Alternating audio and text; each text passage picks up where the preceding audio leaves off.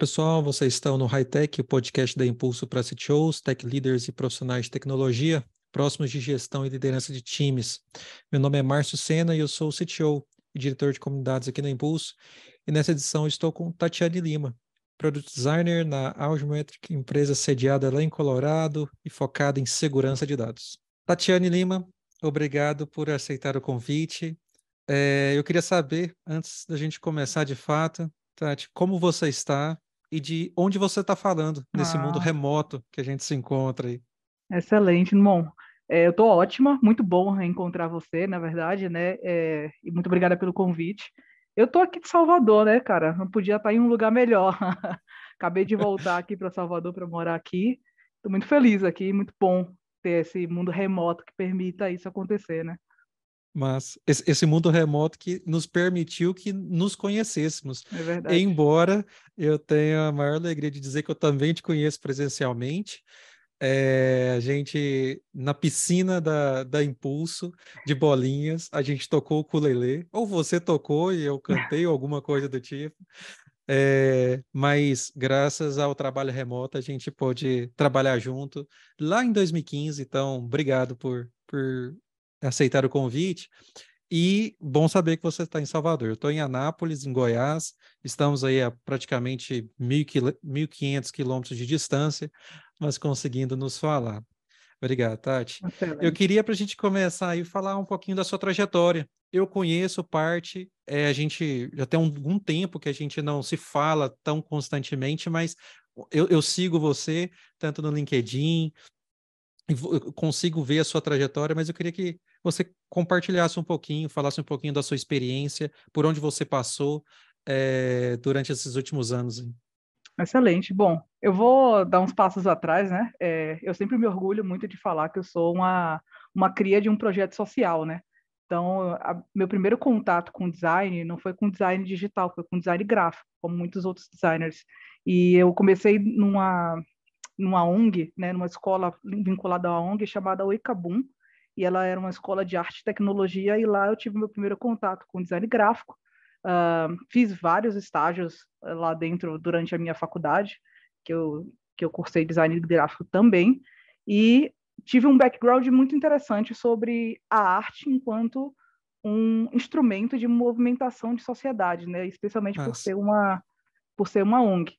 Isso mudou bastante as formas como eu vejo as coisas, né? Mudou um pouco o paradigma as lentes que eu coloco na forma que eu trabalho.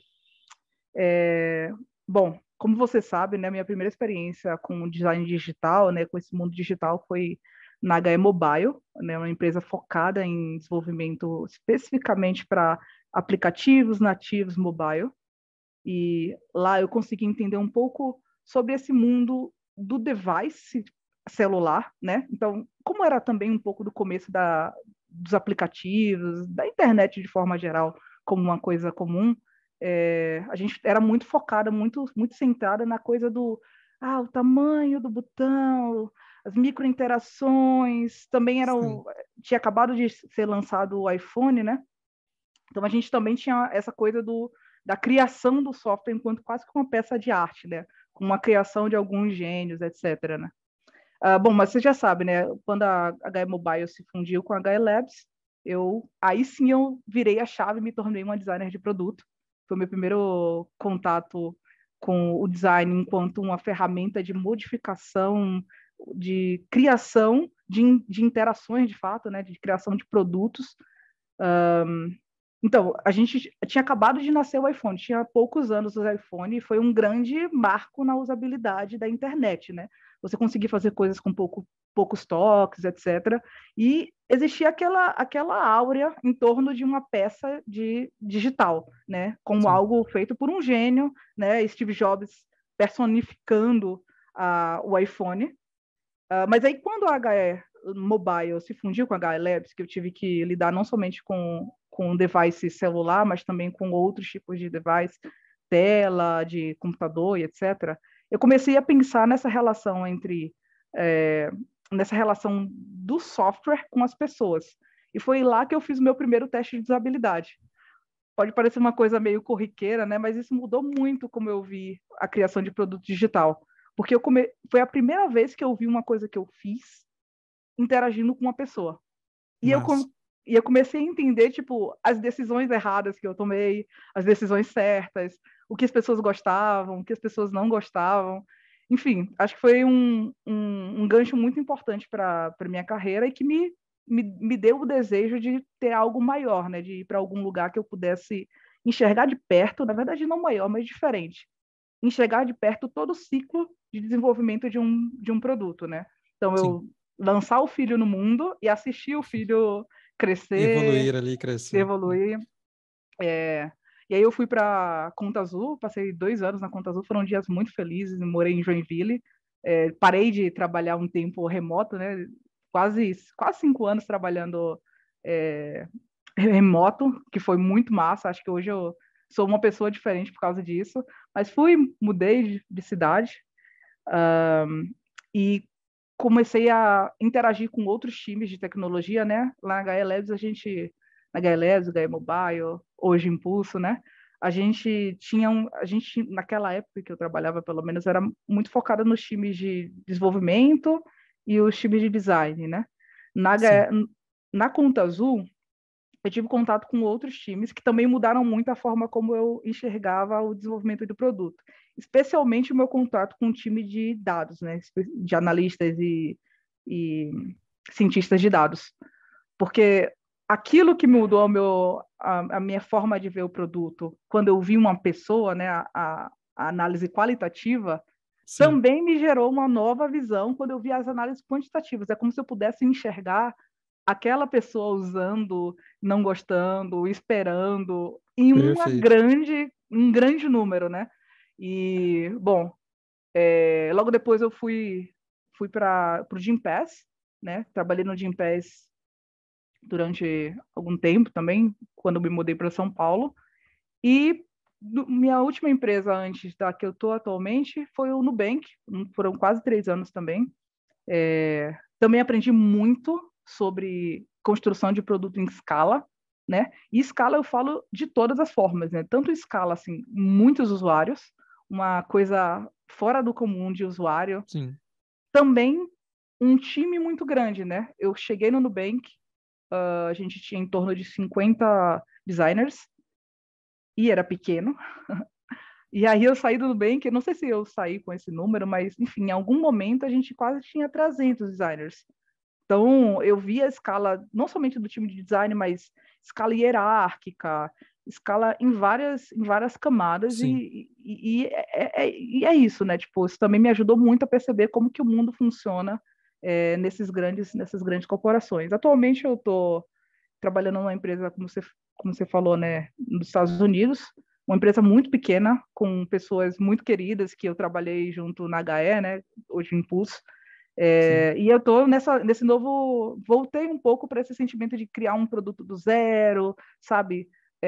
Enfim, esse é um dos meus desafios atuais, né? Como fazer algo que é um plano, uma visão de produto, se tornar algo real e se concretizar.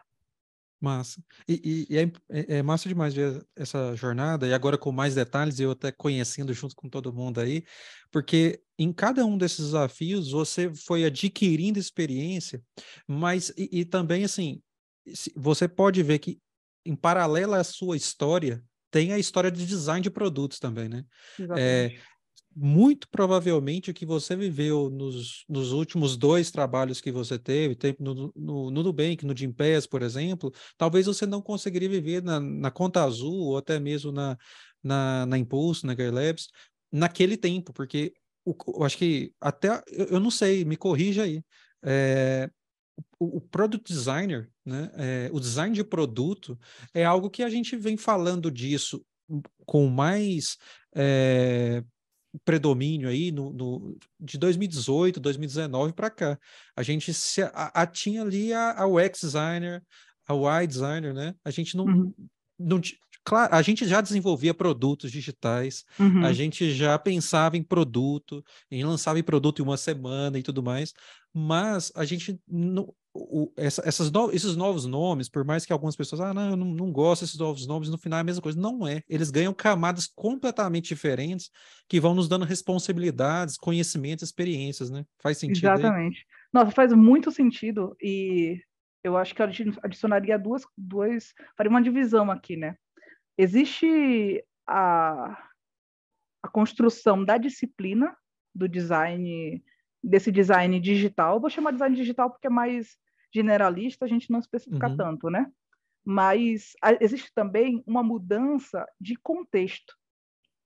Há uns anos atrás, não existia um contexto possível de se criar essas coisas, né? Tipo, essa coisa de você ter uma startup, você ter as startups serem uns grupos de maiores empresas do mundo, de onde tem uma maior concentração de dinheiro, de investimento, isso é muito recente, né? Hoje a gente só tem uma possibilidade de ter pessoas extremamente especialistas na sua área. Eu sou designer de produto, product designer, mas, por exemplo, no Nubank, quando eu saí de lá, a gente tinha algumas especialidades que eu nunca tinha visto antes, né? A gente tem, dentro das squads, de algumas squads pelo menos, e tribos, né? A gente chama lá de business unit, né? BUs. A gente tinha designer de produto, a gente tinha content designer, que é uma pessoa especialista no conteúdo textual, verbal, etc. Perfeito. A gente tem research, né, UX research, Perfeito. pesquisador de UX. A gente tinha os BIs, que é, assim, analista de dados, alguma coisa assim nesse sentido. Enfim, a gente tem um universo enorme de profissionais que muitas vezes eram feitos por uma pessoa só, há uns anos atrás. Tipo, as empresas não iam pagar, as empresas não iam investir, não existia isso. Você está muito certo, né? Acho que tem essas duas questões, né? O contexto de produto digital, que inclusive muda a forma como a gente faz produto.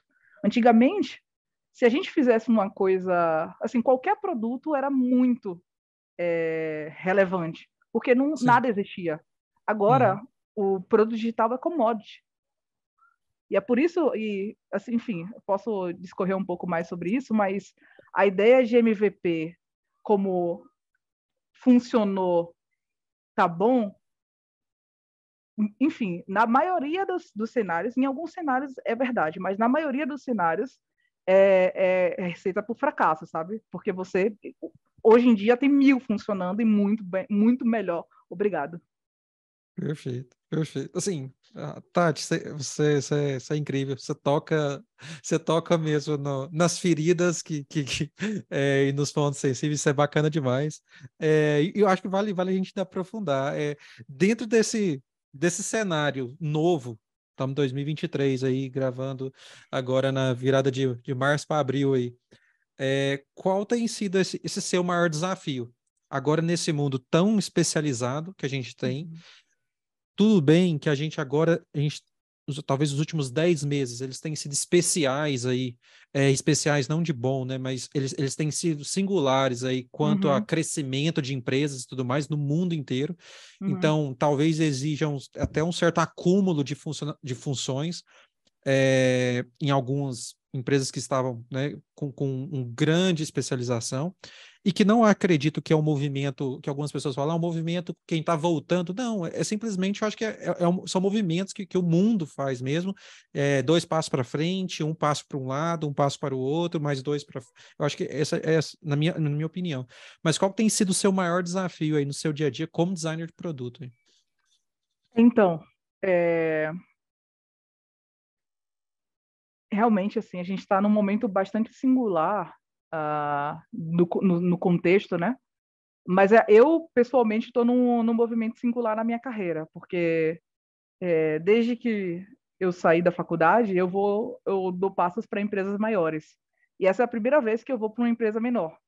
Então, eu estou tendo desafios que são diferentes de quando eu estou numa empresa do tamanho da empresa que eu estava, sei lá, 8 anos atrás, 9, mas os desafios são parecidos em alguns aspectos, mas muito diferentes em outros. Eu diria que assim, a resposta é uma resposta cachorra, né? Mas a verdade é que quase todas as respostas, todas as perguntas têm uma resposta, cabe um depende. E de fato Uhum. depende. Quando eu estava no Nubank, sim, esse cenário novo de menos pessoas especialistas, enfim, voltar algumas pessoas a fazer coisas que mais pessoas faziam, aconteceu para alguns times, enfim. Nem sei se eu posso detalhar isso muito, mas acho que isso aqui eu posso. Mas aqui eu estou fazendo o trabalho que, pelo menos no Nubank, muitas pessoas fazem, né? Por exemplo, a gente é responsável pela pesquisa, porque eu estou numa empresa pequena. Atualmente, eu estou trabalhando muito no Design System, mas muito porque, junto com meus colegas, a gente percebeu que era uma coisa bastante importante para o tamanho, para o momento da empresa. Mas acho que nosso principal desafio é conseguir transformar, né, o que é uma tecnologia, tipo, uma novidade tecnológica em um produto, né? Aí, só para dar um pouco de contexto do trabalho da Audiometric, a Audiometric é uma empresa que ela começou como uma empresa de pesquisa, né? A gente tem pesquisadores que, sabe, pesquisa mais parecida com a pesquisa acadêmica, pesquisadores acadêmicos, matemáticos, engenheiros de software, pessoas que trabalham com baixa tecnologia, eu acho que é essa a expressão, se eu estiver errada também me corrijam, mas baixa tecnologia de base, acho que é mais Uhum. Sim. precisa, e eles trabalham especialmente com, pelo menos pelo que eu entendo assim, né, com encriptação. Então, eles Perfeito. têm uns produtos muito interessantes. Eu acho que o principal dele é um produto que permite computação em dados encriptados. O que é que eu quero dizer com isso? Imagine que aí você tem uma empresa e nessa empresa tem um RH. E a gente sabe que dados que o RH tem são dados extremamente sensíveis, que qualquer vazamento pode ser uma coisa muito séria. Mas estou falando assim num contexto menor. Isso serve para quase tudo, mas vamos usar esse exemplo. Bom, mas você quer fazer algumas análises, do tipo, sei lá, qual que é o salário das pessoas baseadas no gênero. Dois dados extremamente sensíveis que você não pode abrir para qualquer pessoa e tal. No mundo de hoje, o que acontece? A pessoa que quer fazer essa análise, ela precisa ter acesso aos rows, às linhas, ao Tatiane, que ganha X, e o gênero é Y. Isso é um absurdo. Isso não é uma realidade onde os dados são tratados como uma das maiores riquezas. Esse é o nosso contexto atual. Então, o nosso produto, nossa tecnologia, uma das tecnologias que a gente trabalha e desenvolve, permite com que uma pessoa consiga fazer a computação quando o dado já está encriptado. Então, você não recebe a table, você recebe um acesso que te Restrito permite, àquele dado, né? O que exatamente, você precisa, né? exato, te permite criar dados agrupados, né, aglutinar os dados, e aí você vê o número aglutinado, sem conseguir não sei como é que fala isso. Bem, sem conseguir entender quem é aquela pessoa, né, específica X, entendeu? Então, esse é o meu desafio agora. Tipo, eu junto com um time de design, time de produto, a gente está tentando, tipo, criar um produto, né, empacotar essa tecnologia num produto que faça sentido, que tenha um público-alvo, que se pague, né? Enfim, esse é um pouco do meu desafio. Diferente Massa. do que era no... Desculpa.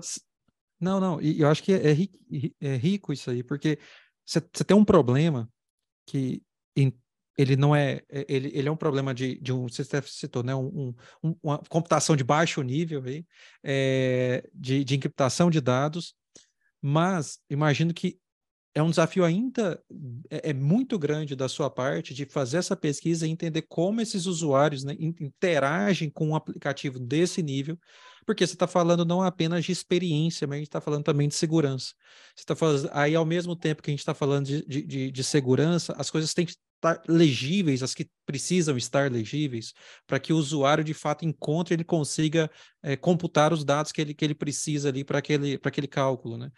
E disso dentro de um mundo onde as leis de proteção geral de dados, não só no Brasil, mas na Europa até antes do Brasil, né, mas nos Estados Unidos também tem evoluído, exige cada dia mais esse cuidado, né, de tudo isso, né? Você dar o mínimo acesso possível.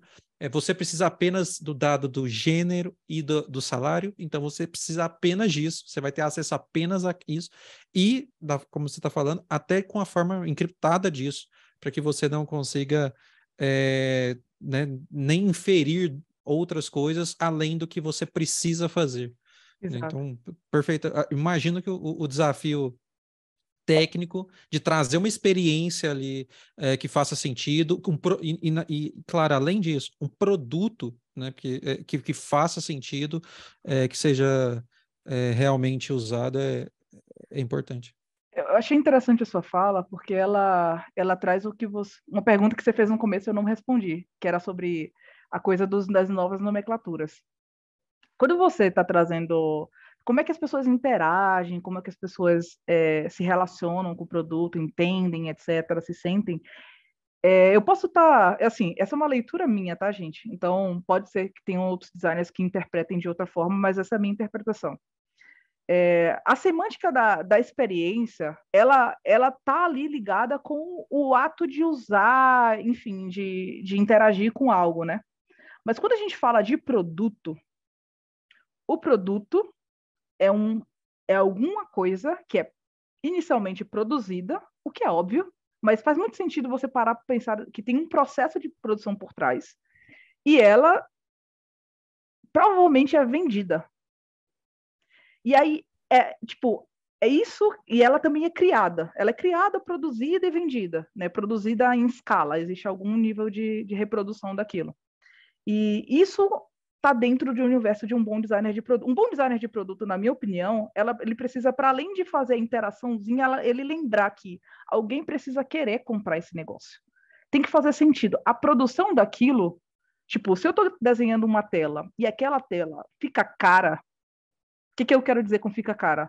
Porra, precisa de 1000 anos para desenvolver aquele negócio, precisa de uma puta infraestrutura, sabe? Tipo, não é escalável, enfim.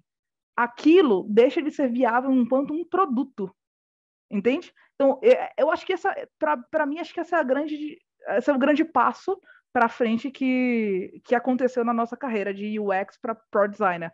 Um bom Pro Designer entende disso, entende, além do produto em si, decidir qual produto fazer. E esse talvez, eu estou mais ainda no cliente, nesse o meu momento, quem é o cliente, esse produto se paga para esse público, porque uma coisa é vender para RH, outra coisa é Mas, vender para uma empresa, tipo um banco, outra coisa é vender para uma pessoa que tem medo dos seus dados vazar. Isso tudo são produtos totalmente diferentes.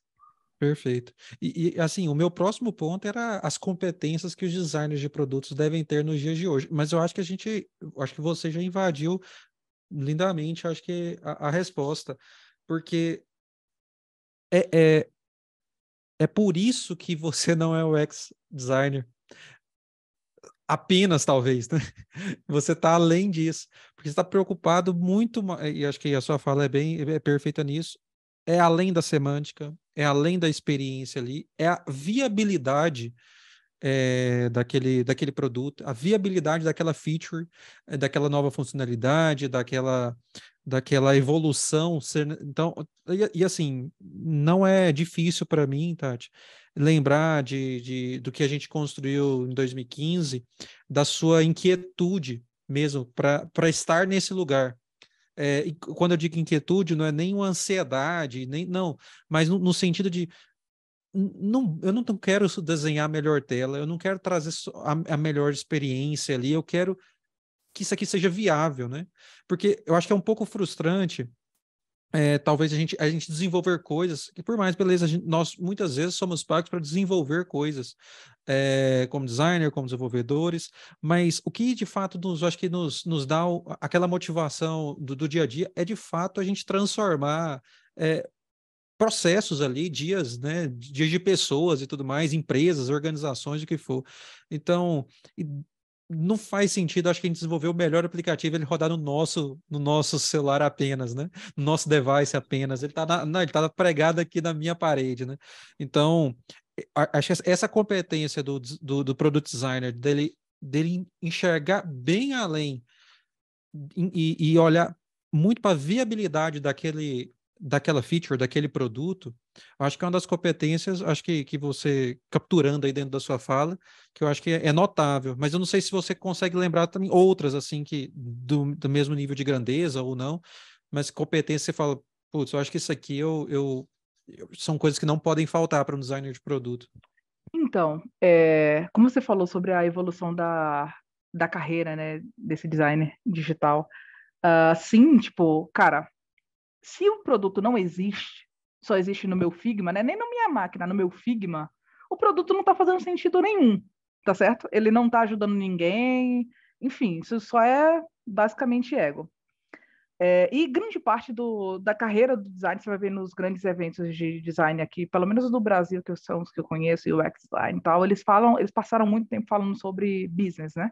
Como que o designer entende business, enfim, lida com negócios e tal.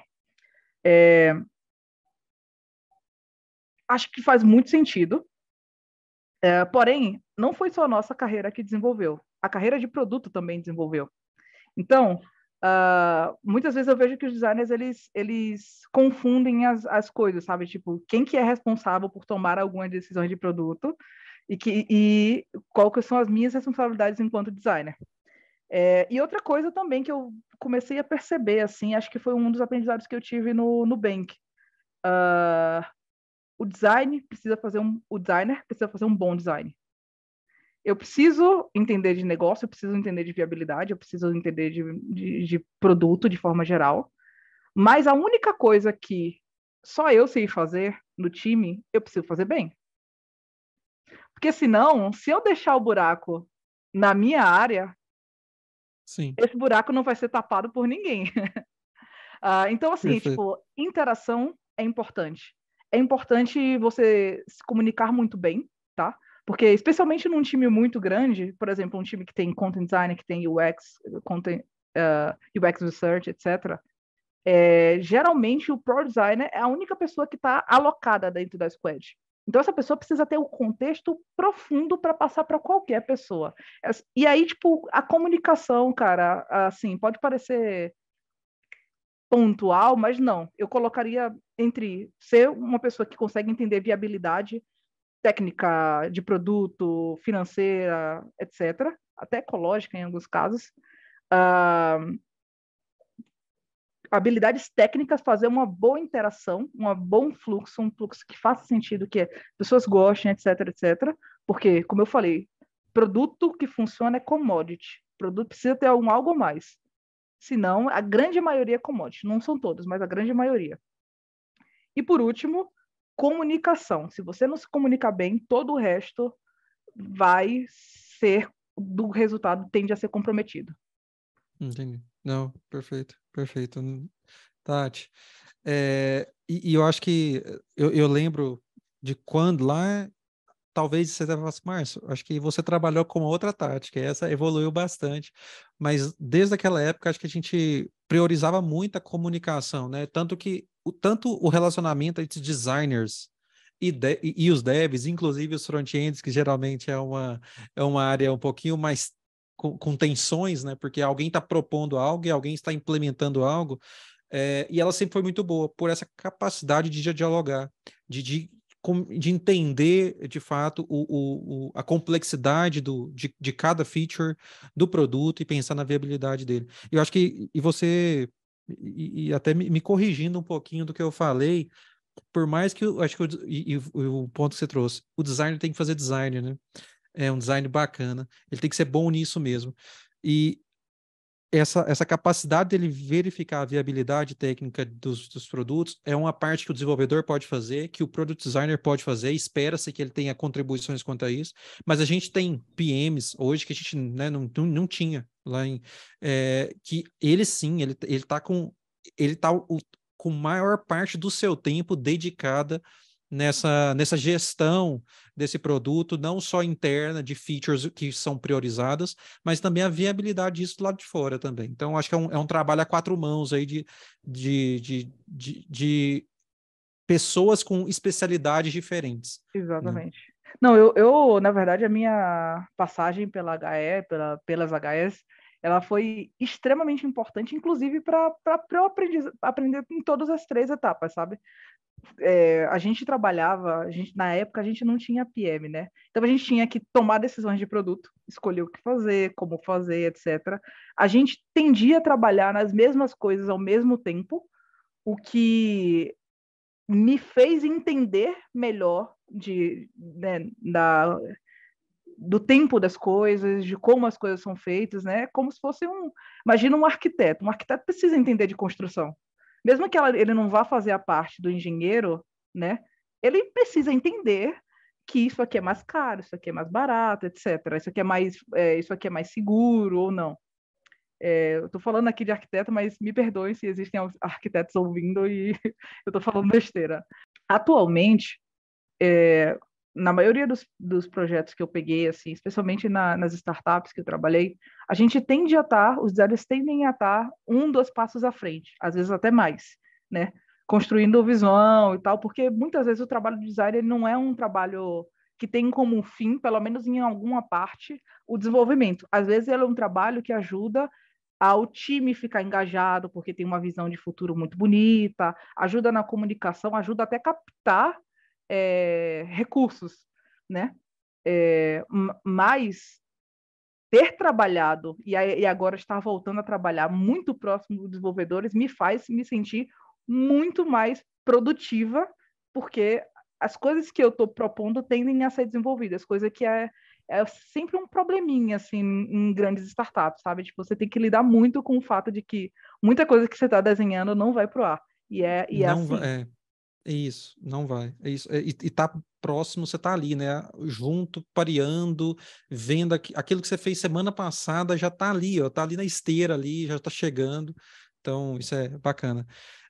Tati, quanto a case de sucesso aí, você tem algum Pô. ponto aí que eu imagino que vários, mas alguns aí que você possa destacar aí, você fala assim, acho que eu aprendi bastante nesses cases aqui. Não, pô, eu tenho alguns cases, coisas que já foram pro ar, tá? Tô falando aqui porque já foram pro ar. Eu trabalhei grande parte do tempo do Nubank no cartão de crédito PJ. E, bom, eu trabalhei do começo, de quando era uma ideia, né, de uma funcionalidade muito pedida, até o lançamento, acompanhando o lançamento, aprendendo sobre métrica de negócio, como que a gente transformava um cartão em dados financeiros, né, enquanto que isso está ganhando para a empresa. Eu trabalhei também, uma coisa que me deixou muito feliz nesse projeto do cartão de crédito PJ foi fazer a parte de design do cartão de crédito PJ em Braille. Tipo, eu Nossa. aprendi coisas assim, né? Tipo, aprendi que Braille ele tem caracteres específicos para marcar se é um texto, se é um número. Isso fez toda a diferença no design das decisões de quantos caracteres podia colocar ou não.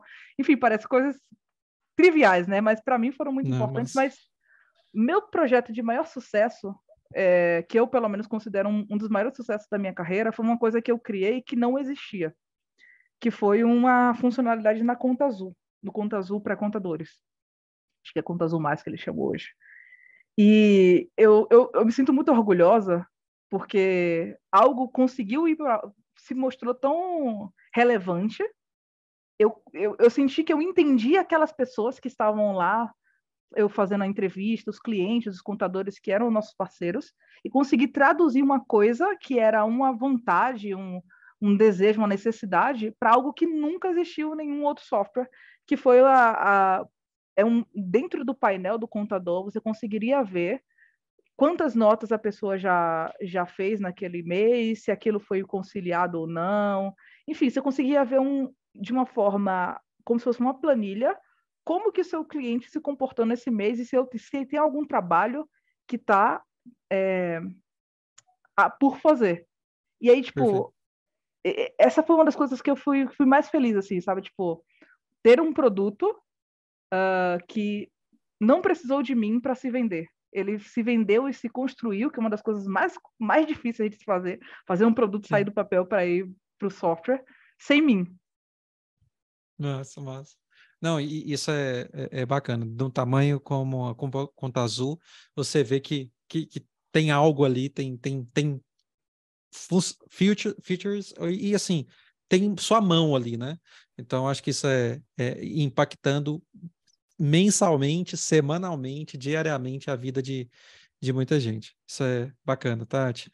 Tati, para a gente fechar aqui, quais dicas você daria para os CTOs, tech leaders, que são os maiores ouvintes aqui do podcast? O que eles devem, né? Como eles devem esperar, né? O que eles devem esperar dos designers de produto? Hein? Bom, vou dar 2 passos para trás para explicar minha resposta. E nisso eu posso ser polêmica, mas como diria Estevão Ferreira, né? Eu sou assim, eu sou apocalíptica, sempre fui. Brincadeira da parte, não deveria ser polêmica, mas a questão é: qualquer empresa tem como objetivo ganhar ou não perder dinheiro. No curto, no médio e no longo prazo. Geralmente a gente tem discussões sobre a estratégia, os passos, etc., mas é sempre assim, porque é uma empresa, não é uma pessoa. E como eu falei, software funcionando é commodity.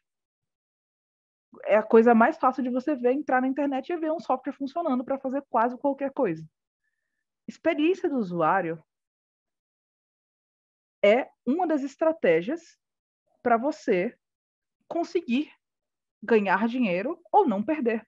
As pessoas que se sentem bem utilizando um produto, muitas vezes perdem dinheiro, mas preferem estar usando aquele produto porque é fácil, porque me economiza tempo e etc. E aí vai desde um bom time de design, ele ajuda desde o momento de decidir o que fazer, o que aquelas pessoas estão esperando, até como essas pessoas vão interagir da melhor forma.